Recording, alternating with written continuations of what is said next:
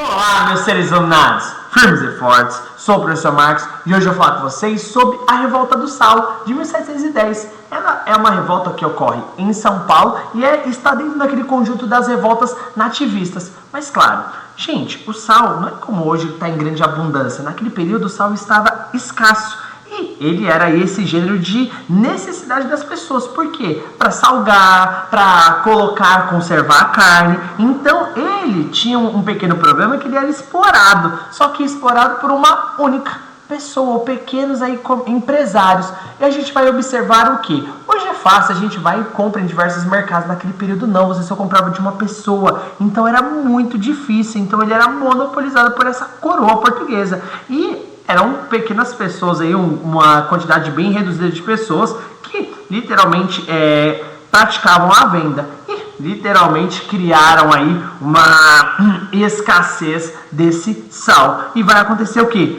Uma elevação. E vai ter um fazendeiro chamado Bartolomeu Fernandes de Farias que ele vai ficar meio triste. Ele vai falar, mano, eu quero sal, mas não tem, porque começou a faltar, o preço era alto, mas também só tinha uma pessoa e não estava chegando o sal.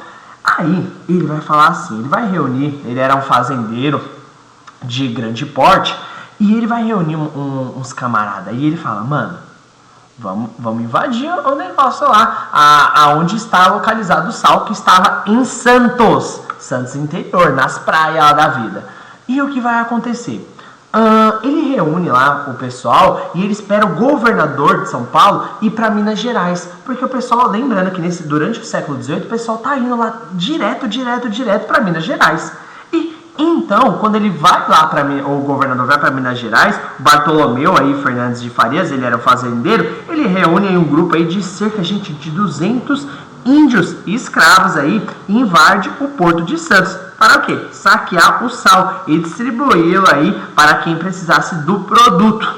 E ele aí, literalmente, quando ele estava lá, ele chegou lá, só que ele era bem honesto. Quando ele foi invadir lá onde estava o sal, ele não roubou, ele deixou o dinheiro, ele pagou para mostrar, falando, mano, aqui tem o dinheiro. E ele foi e deixou. Aí, na hora lá da fuga lá, eles passaram por uma ponte. E essa ponte aí que ligava a ilha de São Vicente a Santos, a parte do porto, eles cortam a ponte. Corta, gente, não é igual hoje lá, tá? Ele corta pra dar a fuga ali nos policiais. Ele chega lá, pá, todo felizão. Só que aí depois, pessoal, e aí Bartolomeu? E a polícia? Os caras começaram a ir atrás. Então aí, qual vai ser o resultado dessa luta aí? Nós vamos ver aí que a coroa aí portuguesa vai perseguir o Bartolomeu e tornou um dos criminosos mais procurados aí em toda a América Portuguesa.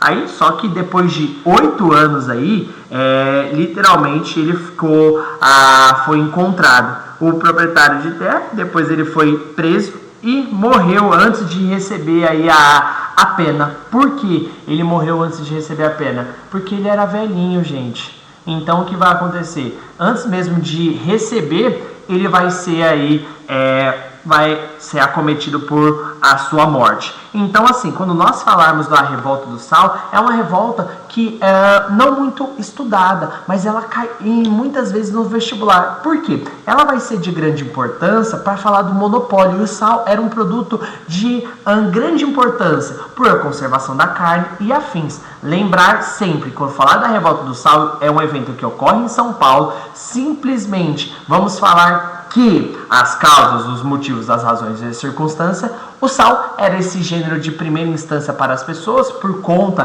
para salgar e tudo mais, mas ele era explorado o quê? Pela coroa portuguesa, era um monopólio, poucas pessoas faziam essa distribuição, então assim, poucas, era um comércio reduzido, e a gente vai ver que vai ter uma escassez desse produto, e o preço dele começa a elevar. Um fazendeiro, Bartolomeu Fernandes de Farias, vai ficar meio que assim, indignado com essa situação e vai só esperar o governador ir para Minas Gerais e vai literalmente aí reunir 200 índios e escravos aí da fazenda dele e vai lá para invadir o Porto de Santos, para saquear o sal e distribuí-lo aí. Só que ele era honesto, chegou lá, botou as notinhas, mas meteu fuga. Quando ele meteu fuga lá, cortou a ponte que ligava aí São Vicente e Santos E depois a coroa portuguesa faz lá todo o relatinho lá e manda ir atrás dele.